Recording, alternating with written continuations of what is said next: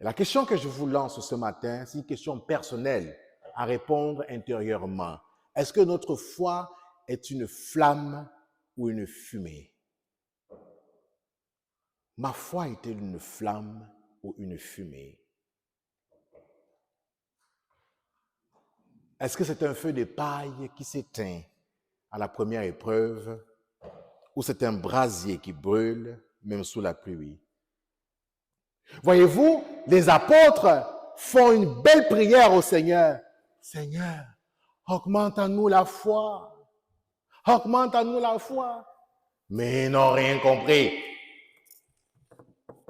La foi ne se quantifie pas. Ce n'est pas important d'avoir la foi grosse comme ça. Non. Jésus leur répond de façon déroutante. Si tu as la foi comme une graine de moutarde, tu pourrais dire à cette montagne, bouge, dégage, et elle va bouger. C'est une image. Mais quand Jésus dit ça, là, moi j'ai déjà rencontré des chrétiens qui disent, mais mon Père, pourquoi moi j'ai pas la foi?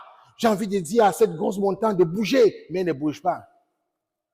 Mais avant de demander à des montagnes de bouger, si on commençait par bouger les grosses montagnes d'orgueil de nos vies, là, ça serait déjà un bon début.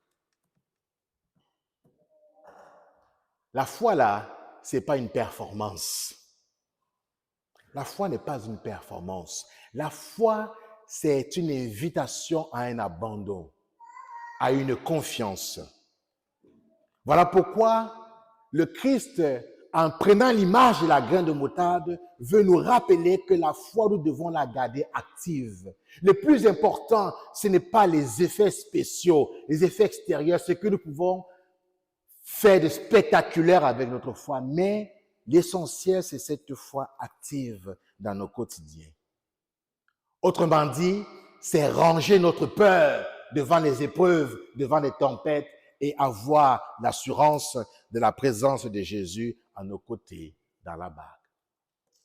Bien-aimés dans le Christ, la foi face au pourquoi.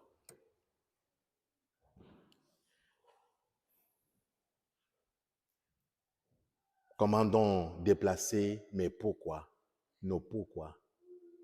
Dans un premier temps, le Christ nous invite à déplacer notre regard de ce que nous ne comprenons pas vers celui que nous connaissons.